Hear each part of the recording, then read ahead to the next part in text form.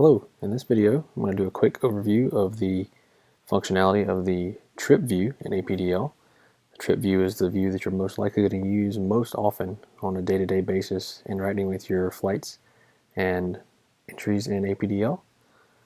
Starting here from the schedule view, there are a couple different ways you can get to the trip view within APDL. One of those is the schedule view. You can also use the calendar view, the current trip button on the menu. You can also use the current flight section of the status board. In this case, I'm going to go to the first day of this trip. This is the trip that I'm currently on. Finished 3 days of the trip, and tomorrow is the fourth day. So right off at the top here, we have a label that says this is the trip view, and then off to the right of that it indicates local, and that is from our settings in the settings general area.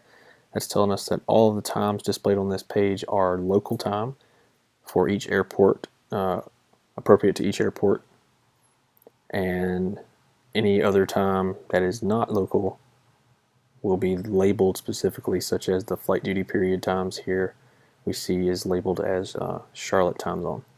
Just to the right of the local indicator, we have a calendar icon. We can tap that and we're brought back to the trip view, the schedule view, and I can navigate to other trips directly from this view. I'm going to hit cancel here. And then we also have the edit button, which allows me to add segments or add days to the end of the trip, or duty periods to be more correct. Talked about that more in the creating a trip manually video, so we won't go over that here. At the top we have this familiar navigation bar with the trip number to the left, which is Lima 7555, and then the date. I can use the left and right arrows to navigate between days of the trip. In this case, this is day 1 of 4, as you can see here on the left side.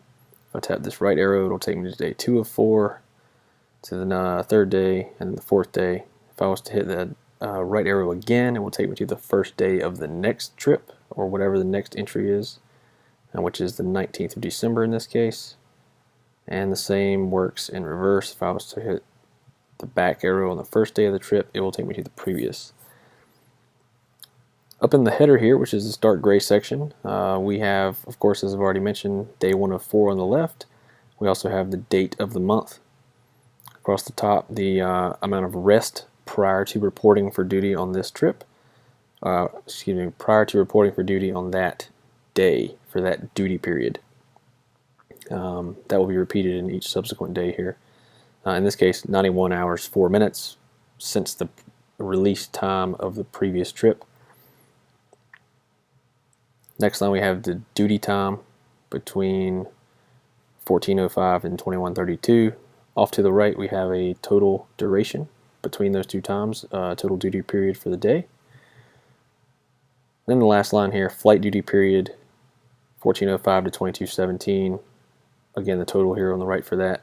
And if we cross time zones for the purposes of simplicity with calculating your flight duty period, duration, and start and end times, we keep that in a single time zone rather than keeping that local according to the airport you start and release in.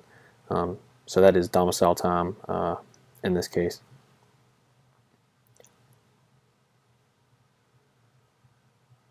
As I scroll up, you can see the top menu bar does disappear. That is part of our full screen mode that can be enabled or disabled in the settings area. And just to bring that menu back, I just swipe down and release. So on day 1, as I mentioned, this is day 3 has been completed of my trip. All of these flights are shown in a light gray color, and they have been closed out. All the data has been entered, and those are completed entries. Day 4 down here, we can see I have this highlighted bar to the left. That means that is the current or upcoming leg, and it has not been completed at this time. Flights that have not been closed out yet, have not been completed yet. We have data entered in white, indicating that those have not been closed out. For a flying leg, such as the leg 2 and 3 here, that are designated by the block on the left side, For missing times, missing values, we have the light gray color. For previously entered times, we have a darker gray color up here at the top on the first, second, and third days of the trip. And as those times get entered, as I enter those times, they will turn white to indicate that they've been entered. Once I've entered all the information for a particular flight, the entire block will go the darker gray as we see here in days 1, 2, and 3. So let's head back up to the top. Now that we've talked about the colors for the flights here, we do have one other case, one other color that we may see, which is orange, and your times can be orange if APDL goes into projected mode, which would indicate a delay, and we will have a separate video for that to talk specifically about the projected mode. Header up here, a couple more icons we didn't go over. Up first we have the paper icon here. If we tap that, that will show us a trip sheet report and a legality detail report. Again, we'll have a separate video for those. Off to the right of that we have a legality lozenge, and that can change colors based on our legality for the day. If we tap that, we are taken to the legality page. A lot of information here. That will be covered in a separate video as well. For the remainder of the header area, that's the rest line, the duty line, the flight duty period line, any of those, tap in any of those areas and you'll be taken to the duty period page where you can edit your trip number, duty on, duty off. You can delete the duty period, delete the trip entirely. Talk about that in a separate video as well. For the main data area here in the trip view where we have each leg displayed, we have quite a bit of summary information for each leg. First off, on the left side we have the day of the week, in this case indicated by the SU, that's Sunday. To the right of that we have our flight number. Going across the top here we have the departure and destination airports. Off to the right we have the position, in this case captain, pilot, flying. Going to the next line, on the left we have the payroll category selected, which is block in this case. That could be replaced by deadhead or junior assignment, etc. The next two times we have here are departure and arrival times. That's block out and block in. Off to the right of that we have the duration, block time between block out and block in. On the bottom line the tail number, and the next area here we have the departure and destination gate numbers. Now the gate numbers are downloaded from our cloud resources and they do come from your airline settings, so make sure you have your airline selected properly in the airline settings in order for that to function properly. On this particular day we kept the same aircraft throughout all three legs. If we go down to day 3 of this trip, we can see that on the 4th leg we changed to a different aircraft, and APDL can give us a heads up notification of an expected aircraft change based on the gates that we're departing out of. As you can see on the first 3 legs here, the arrival gate and the departure gate of the following leg match. Dulles to Charlotte, we arrived in gate Echo 11, departed out of gate Echo 11 on Charlotte to Nashville, Nashville back to Charlotte, Charlie 3 and Charlie 3. Then arriving into Charlotte, we arrive in Echo 20, but on the Charlotte-Gainesville leg, we depart out of Echo 25. APDL recognizes this as a different gate and says, hey, it's likely that you're going to change aircraft.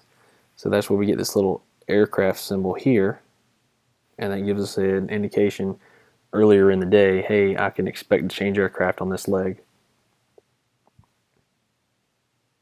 And as you can see down here on day 4, I do have expected gates for the upcoming day when it has not happened yet. So that can be very useful for you. If you do have a projected gate change and aircraft change, APDL can give you a notification within the app that will help you plan a little further in advance for that. Naturally, on any one of these legs, flight entries, we can tap on the entry itself and be taken to the leg view. talk about that in a separate video in more detail. The footer down here, we show a credit and block summary. We can see for the day we had 5 hours 47 minutes of credit, 4 hours 54 minutes of block. We have over here a minus 53 in red, and what that indicates is that particular day we underblocked by 53 minutes. Now that did not affect our credit because block or better is factored into APDL's calculations here. And if we had an overblock day, such as day 2 here, we can see block was 26 minutes overblock with the plus 26, and credit was also 26 minutes overblock. So in this case, both legs were overblock. The total was 26 minutes, so the credit was increased by 26 minutes as well. On day 3 here, we can see block was a total of 1 minute under block. However, we did overblock on some legs, which gave us a total of 17 minutes overblock. So those can give you a good indication of what your block versus credit, overblock, underblock variables turn out to be. Coming back to day 1 here, the credit line, or credit and block line in the footer here, if we tap that, that again takes us to the same edit duty period page as we got if we tapped on the header. And then the last line here we have is our hotel information. This does come from the schedule importer data from your company website. If I tap on this line, I get information about the hotel. This information is only as good as the information you get from your company website. As you can see here, the hotel name has been chopped off at the end. We don't have enough space available for the entire name, and that's coming from the data the company provides. We have the phone number from the hotel. If that's an accurate number, we can use this call hotel button here to call the hotel directly. This is definitely a very convenient feature when you're exiting the airport for the last flight of the day and you don't have to look up your phone number for the hotel. You don't have to type it in, just go straight here, call the hotel. Additional notes here, sometimes if the hotel data is extensive on your trip sheet, you may not be able to fit it all in this hotel line at the top, or there may be multiple phone numbers listed, such as one for the front desk, one for transportation. You can tap the highlighted phone number here in the center section to call the hotel as well. And then of course you can edit the notes here in the center. Another nice feature we have down here at the bottom is a list of the crew members that were on the last leg of that flight, which are expected to go to the hotel with you, and their employee numbers if you've entered those into APDL. So when you get to the sign-in sheet, you have all this information readily available right here in APDL on your hotel information page, so you can make signing in a quick and easy process. And of course we have different hotel information for each day of the trip. Coming down to the last day of the trip, we have a summary of the trip as a whole. We have credit and block just as we've seen before on each individual day. That is total for the entire trip. The overblock and underblock and increase in credit are totaled for the entire trip. We additionally have a time away from base number as well as a total number of landings. Day versus night landings indicated by the sun and moon icons here. Down at the very bottom we have a map view of the layout of the trip that you're doing for this particular trip. Each airport and just a arc indicating flight between the two. Naturally, with any map in an iOS device, we have normal, satellite, and hybrid views that we can turn on to choose according to your likings. Each airport indicated by these round circles, we can tap on those and get a pop-up of the weather information for that airport, and hit this little arrow to the right here for a more detailed full METAR, full TAF, and we can refresh that. We can type in at the top here a different ICAO identifier for another airport, have that updated and added to the list, and I can get this weather information for any airport on the route for this trip. That's a quick overview of the trip view in APDL. Thanks for watching, and come back for more videos.